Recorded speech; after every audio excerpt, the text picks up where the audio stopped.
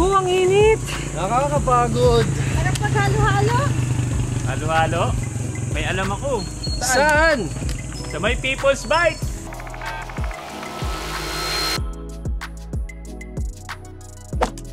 Hello mga katrip! OE sa init ng summer. Sabayan mo yan ng OE sa sarap na halo-halo ng People's Bites.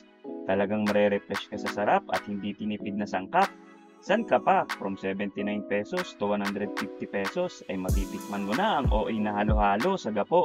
At meron din silang mga stick bites at buy one take one na corn dog. Ano pang hinihintay nyo? Tara, trip tayo! Ang People's Bites ay located sa Royal Duty Free sa Subic Bay Freeport Zone.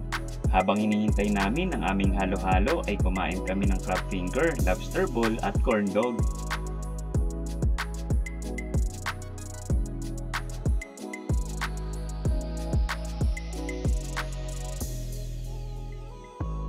Pwede rin kayo magpa-deliver using Maxim app at Order Mo app or pwede nyo silang i-message sa kanilang Facebook page sa People's Bites. Wow! You know? Yun yung strawberry.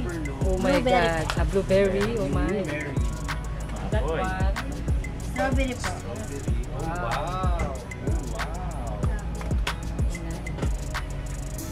Super.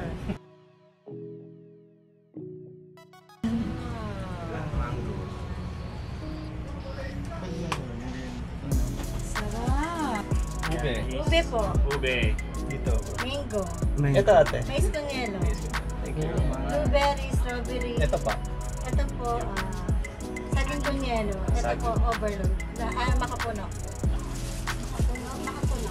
Ito po.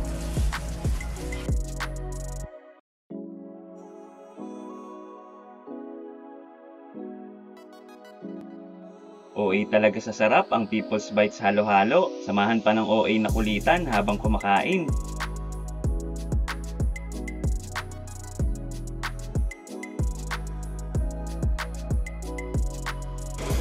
Cheers. Ito pa saan? Mamili kayo sa cheers ko.